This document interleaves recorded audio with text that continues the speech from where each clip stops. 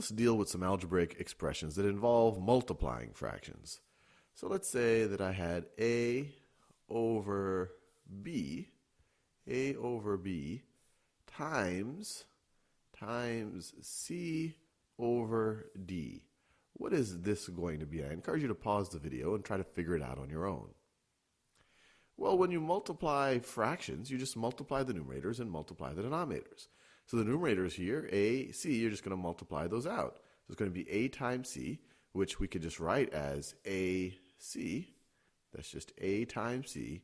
All of that over the denominator, b times d. b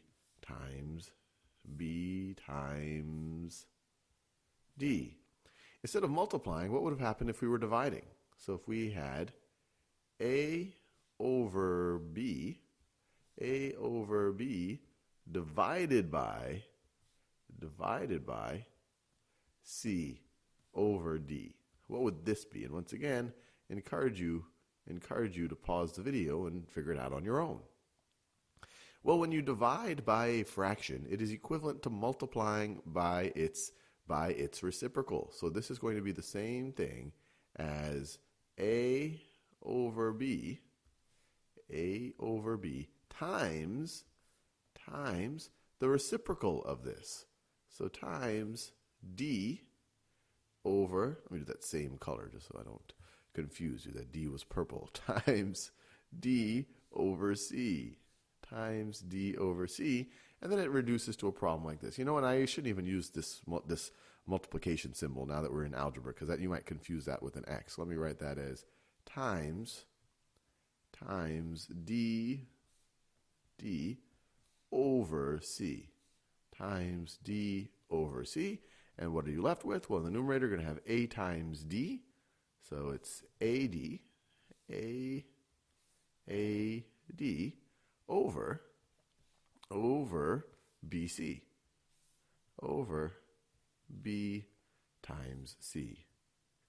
Now let's do one that's maybe a little bit more involved and see if you can pull it off. So let's say that I had, I don't know, let me write it as 1 over a minus 1 over b, all of that over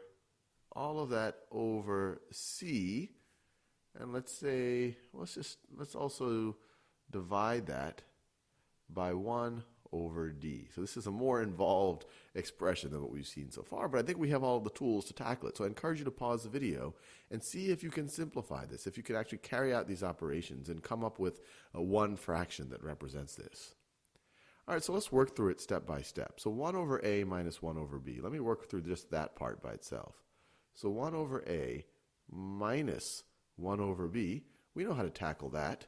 We can find a common denominator. Let me write it up here. So 1 over a minus 1 over b is going to be equal to, we can multiply 1 over a times b over b.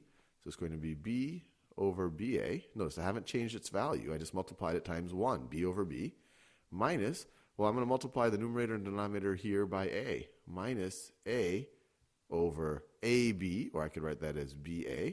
And the whole reason why I did that is to have the same denominator. So this is going to be equal to b minus a over, I could write it as ba or ab. So this is going to be equal to, this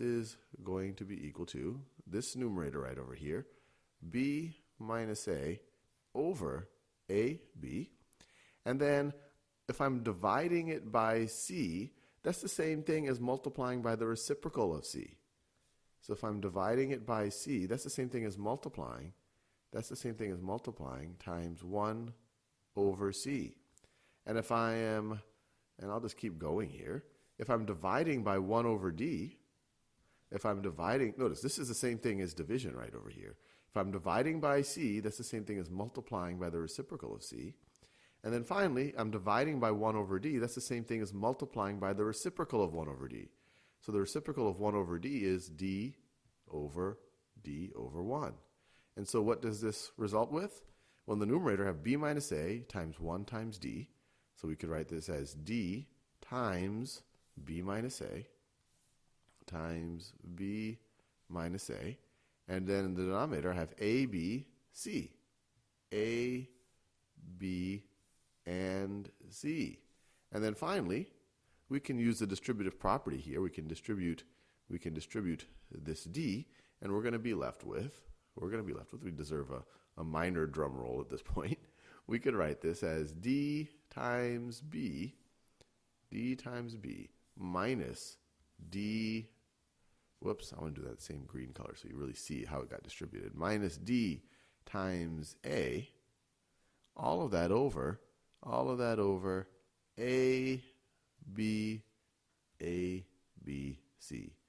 And we are done.